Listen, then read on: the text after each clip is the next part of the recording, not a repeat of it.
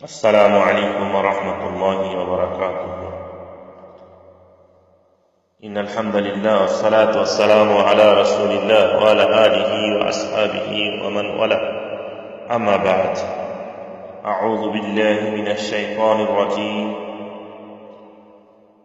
فليحذر الذين يخالفون عن أمره أن تصيبهم فتنة أو يصيبهم عذاب أليم.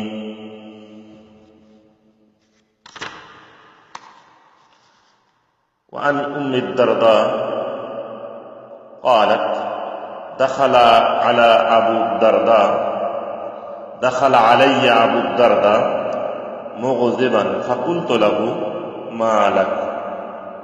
فقال: والله ما عارف فيهم شيئا من أمر محمد صلى الله عليه وسلم إلا أنهم يصلون جميعا. রাহ বুখারী। আল্লাহ পাকের লাখো লাখো শুকরিয়া যে আল্লাহ সুবহানাহু ওয়া তাআলা আমাদেরকে সর্বোচ্চ নিয়ামত, সব থেকে বড় নিয়ামত, সর্বশ্রেষ্ঠ দিন ইসলাম আমাদেরকে দান করেছেন। যে দিন ইসলাম আমাদের জন্য অত্যন্ত সহজ সরল এবং একেবারে সোজা সিরাতাল মুস্তাকিমের পথ। কিন্তু দুঃখজনক হলেও সত্য, আমরা সেই সোজা পথকে বক্র করে ফেলেছি।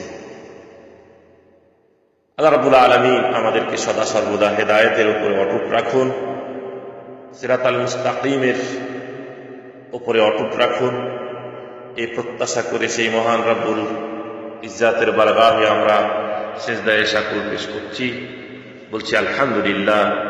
দরুদ পেশ করছি নবিয়েনা হাবিবেনা কুদওয়াতানা মুহাম্মদ ইবনে আবদুল্লাহ সাল্লাল্লাহু আলাইহি ওয়াসাল্লামের প্রতি সহস্র কোটি দরুদ ও সালাম বর্ষিত হোক। আল্লাহুম্মা সাল্লি আলা, আল্লাহুম্মা বারিক আলা। বন্ধুগণ, আপনাদের সামনে একটি আয়াত এবং একটি হাদিস পেশ করেছি, যেখানে আমাদের দ্বীনের মধ্যে নানাভাবে রাসূলুল্লাহ সাল্লাল্লাহু আলাইহি ওয়াসাল্লামের রেখে যাওয়া শরীয়তকে পাশ কাটিয়ে নতুন নতুন নিয়ম পদ্ধতি এবং নতুন ইবাদত করার পদ্ধতি প্রক্রিয়া তৈরি হচ্ছে, যার অনুমোদন শরীয়তে নেই, কোরআন হাদিসে নেই। অথচ মানুষ সেগুলোকে ভালো মনে করে, মানুষ প্রবৃত্তির অনুসরণ করে, মানুষ নিজের খেয়াল খুশি মোতাবেক সেগুলো করতেই বেশি আনন্দ বোধ করছে। অথচ কোরআন এবং হাদিসে বর্ণিত সে পথ এবং মত কোনোভাবেই তারা গ্রহণ করতে চাচ্ছে না। অথচ কোরআন এবং হাদিসের পথ এবং মতই রয়েছে তাদের জন্য কল্যাণ, এবং এতদ্ভিন্ন অন্য পথে রয়েছে তাদের জন্য ধ্বংস। আল্লাহ রাব্বুল আলামিন সে কথাই বলছেন যে যারা আল্লাহ রাব্বুল আলামিনের আদেশের বিরুদ্ধাচরণ করে, আল্লাহ রাব্বুল আলামিনের আদেশের বিরুদ্ধাচরণ করে, অথবা রাসূলুল্লাহ সাল্লাল্লাহু আলাইহি ওয়াসাল্লামের আদেশের বিরুদ্ধাচরণ করে, তারা যেন এই বিষয়ে সতর্ক হয়ে যায় যে এই বিরুদ্ধাচরণ করার কারণে বিপর্যয় তাদেরকে একদিন পেয়ে বসবে এবং তাদেরকে স্পর্শ করবে, অথবা তাদেরকে যন্ত্রণাদায়ক পীড়াদায়ক শাস্তি গ্রাস করে ফেলবে, যন্ত্রণাদায়ক পীড়াদায়ক শাস্তি গ্রাস করে ফেলবে। কারণ যে তারা রাসূলুল্লাহ সাল্লাল্লাহু আলাইহি ওয়াসাল্লামের কি আদেশের বিরুদ্ধাচরণ করছে বা আল্লাহ রাব্বুল আলামিনের আদেশের সীমা লঙ্ঘন করছে। উম্মে দারদা রাদিয়াল্লাহু তাআলা আনহা হতে বর্ণিত, তিনি বলছেন যে একদা আবু দারদা তথা আমার স্বামী রাগান্বিত অবস্থায় আমার কাছে আসলো, আমার গৃহে প্রবেশ করল। আমি তার এই অবস্থা দেখে তাকে আমি জিজ্ঞেস করলাম, তোমার কি হয়েছে? তখন তিনি বললেন, তাদের মধ্যে মুহাম্মদ সাল্লাল্লাহু আলাইহি ওয়াসাল্লাম এর রেখে যাওয়া সুন্নাতের কিছুই আমি দেখি না। অর্থাৎ কিছু সংখ্যক লোকের কাছ থেকে তিনি কি ফিরে আসলেন, আসার পরে তিনি তার এই অনুভূতি ব্যক্ত করছেন যে তারা যে সমস্ত প্রক্রিয়া গ্রহণ করে, যে সমস্ত পথ অনুসরণ করে ইবাদত বান্দেগী করছে, তাদের মধ্যে মুহাম্মদ সাল্লাল্লাহু আলাইহি সাল্লামের রেখে যাওয়া কোনো সুন্নাতের অনুকরণ আমি দেখতে পাচ্ছি না। তবে হ্যাঁ, তারা সকলেই জামাত সহকারে নামাজ আদা করছে। বাস এতটুকু তাদের মধ্যে এই জিনিসটুকু পাওয়া যাচ্ছে। আল্লাহু আকবার। তাহলে চিন্তা করুন বন্ধুগণ, যে শুধু নামাজ পড়লেই হবে না, শুধু নামাজ পড়লেই হবে না। রাসূলুল্লাহ সাল্লাল্লাহু আলাইহি সাল্লামের শেখানো পদ্ধতি প্রক্রিয়া অনুযায়ী আমাদের অন্যান্য সুন্নাতগুলো, অন্যান্য ইবাদতগুলো সম্পাদন করতে হবে, অন্যান্য ইবাদতগুলো সম্পূর্ণ করতে হবে। আমি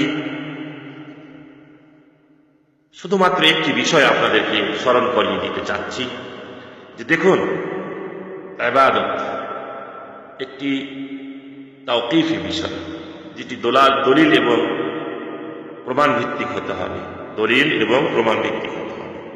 আজকে যদি আমরা দেখি আমাদের দেশে, আল্লাহু আকবার, জিকিরের নামে কি ভণ্ডামো চলছে, জিকিরের নামে কি গর্হিত অপকর্ম চলছে। আল্লাহু আকবার, আল্লাহ এদের হিদায়াত করুন না। কত রং বেরঙের জিকির, কেউ করছে নাচানাচি, কেউ করছে কুদাকুদি, কেউ আবার কেউ আবার আহ আহ, কেউ আবার হু হু, নানান রকমের জিকির। অথচ এই বিষয়ে আল্লাহ রাব্বুল আলামিন এবং রাসূলুল্লাহ সাল্লাল্লাহু আলাইহি সাল্লামের কোনই দিক নির্দেশনা নেই। জিকির একটি ইবাদত, জিকির একটি ইবাদত।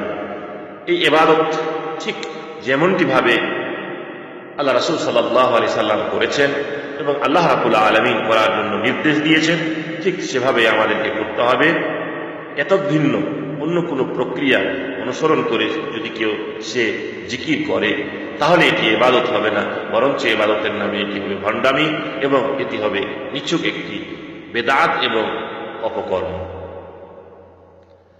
আল্লাহ রাব্বুল আলামিন বলছেন, ফাযকুরুনি আযকুরুকুম। জিকির সম্পর্কে আল্লাহ রাব্বুল আলামিন বলছেন যে তোমরা আমাকে স্মরণ করো, আমি তোমাদেরকে স্মরণ করব, আমি তোমাদেরকে স্মরণ করব। অনুরূপভাবে আল্লাহ রাব্বুল আলামিন আর বলছেন, ইয়া আইয়ুহাল্লাযীনা আমানু যকুরুল্লাহা যিকরান কাসীরা ওয়াসাব্বিহুহু বুকরাতান ওয়া আসীলা। হে ঈমানদারগণ, তোমরা আল্লাহ রাব্বুল আলামিনকে বেশি বেশি করো, স্মরণ করো, সকাল এবং সন্ধ্যায়, সকাল এবং সন্ধ্যায় তার নামের তাসবিহ পাঠ করো, তার নামের পবিত্রতা ঘোষণা করো। অনুরূপভাবে কিভাবে আল্লাহ রাব্বুল আলামিনের সেই জিকির করতে হবে, আল্লাহ রাব্বুল আলামিন সেই প্রক্রিয়া শিখিয়ে দিচ্ছেন। আল্লাহ রাব্বুল আলামিন বলছেন, ওয়াযকুর রাব্বাকা ফী নাফসিকা তাদাররুআন ওয়া খীফা। তুমি তোমার প্রতিপালককে স্মরণ করো তোমার অন্তরের মধ্যে, মনে মনে, তাদাররুআন ওয়া খীফা, খুব গোপনীয় ভাবে এবং অত্যন্ত বিনয়ের সাথে, বিনম্র চিত্তে, বিনম্র চিত্তে। ওয়া দুনাল জাহরি মিনাল কাওল বিল গুদুওয়ি ওয়াল আসাল। এবং সকাল এবং সন্ধ্যায় তোমরা কি করবে, আল্লাহ রাব্বুল আলামিনকে কি করবে, তোমরা স্মরণ করবে, তার নামের পবিত্রতা ঘোষণা করবে অনুচ্চ স্বরে, অনুচ্চ স্বরে। বুঝতে পেরেছেন? অনুচ্চ স্বরে। এখানে আল্লাহ রাব্বুল আলামিন স্পষ্ট করে দিলেন যে অত্যন্ত বিনয়ের সাথে, খুব গোপনীয় ভাবে এবং অনুচ্চ স্বরে আল্লাহ রাব্বুল আলামিন জিকির করার কথা স্মরণ করিয়ে দিয়ে বলছেন, ওয়ালা তাকুন মিনাল গাফিলিন। তোমরা অমনোযোগী গাফেলদের অন্তর্ভুক্ত হয়ে যেও না, তোমরা আল্লাহ রাব্বুল আলামিনকে কি করতে থাকবে, স্মরণ করতে থাকবে। এখানে স্পষ্টই জিকিরের ধরন আল্লাহ রাব্বুল আলামিন আমাদের কাছে তুলে ধরলেন। অতএব জিকির যদি এভাবে হয়, অত্যন্ত বিনয়ের সাথে, অত্যন্ত গোপনীয়ভাবে এবং অনুচ্চ স্বরে, তাহলে এটি শুধু জিকির হবে। এতদ্ভিন্ন আর যে সমস্ত আমরা নাচানাচি, কুদাকুদি এবং কীর্তন গাওয়ার মতো যা দেখছি, এগুলো আসলে জিকির নয়। এগুলো জিকিরের নামে মানুষকে পথভ্রষ্ট করে কি করা হচ্ছে? নতুন এক জিকির, নতুন এক আবিষ্কার করা হচ্ছে। নিঃসন্দেহে এগুলো গুনাহের কাজ এবং এটি বেদাত, এটি বেদাত।